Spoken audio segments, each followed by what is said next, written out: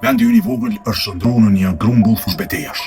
Konflikte gjinore, tensione etnike, fetare, si që ne, u me shka t'ka mundësi hiqja krye. seksuale, konflikte familjare, farefisnore, natyrisht edhe tensione e konflikte politike. Përshmëria dhe presin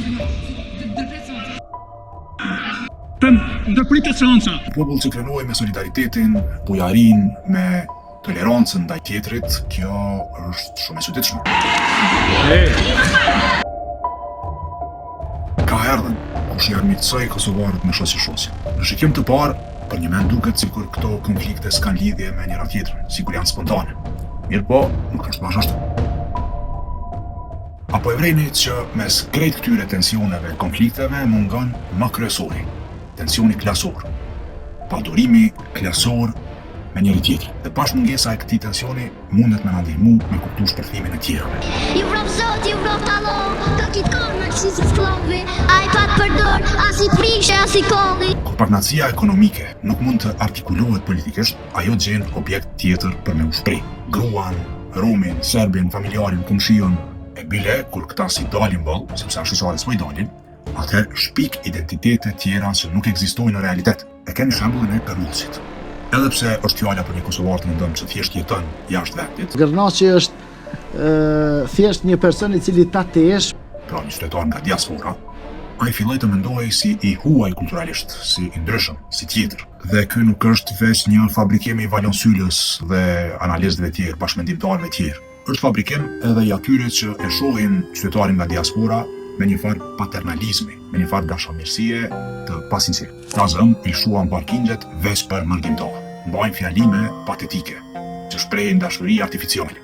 Edhe këtu e ndërtojnë, ashtu si valonsyla me shok, idenë që qytetari nga diaspora është I huaj. Kërkojnë që ai të përjetohet si I huaj. Edhe pse ai është krejt si ne, ai është mes nesh, ai është njëri prej nesh. Nuk është më ndryshe as lëvizja e Deçanit, e cila po bën potere shumë të madhe në këtë kohë. Ajo po provon me ndërtu tjetrin te muslimani I devotshëm në Kosovë.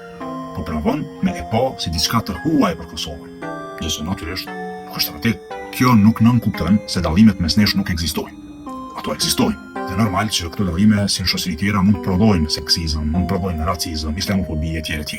Por ajo çka po shohim sot në Kosovë është një shpërthim I përnjëhershëm I krejt këtyre të këqija. Një shpërthim aq I madh sa po I rreket rrugës absurde të krijimit të identiteteve që nuk ekzistojnë në realitet hiç.